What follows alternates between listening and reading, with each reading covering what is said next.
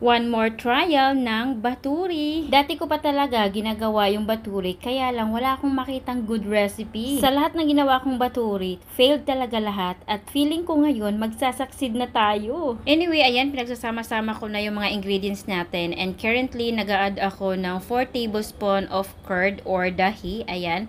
And then muntik ko na makalimutan yung ating baking soda, Zai. Nga pala, yung semolina suji is blender ko muna siya para maging powder bago ko siya ihalo sa meda.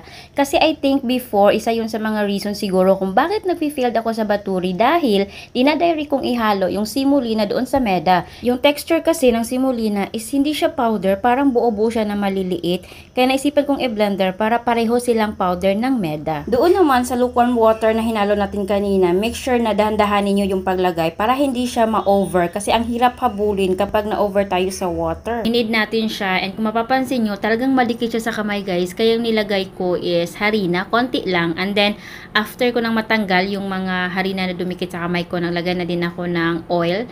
Ayan, and then continue pa rin sa pag-knead hanggang sa kuminis na yung ating dough. Then, let it rest for 2 to 3 hours.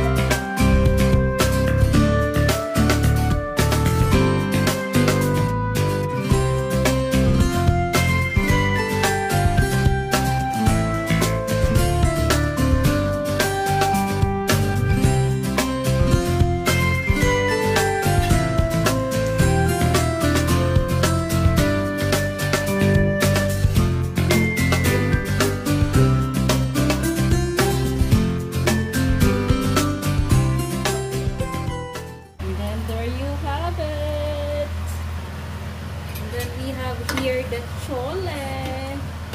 Yes. Party. So babe, what can you say about my chole baturi? It's very tasty. I did not expect it this much tasty. Pakka?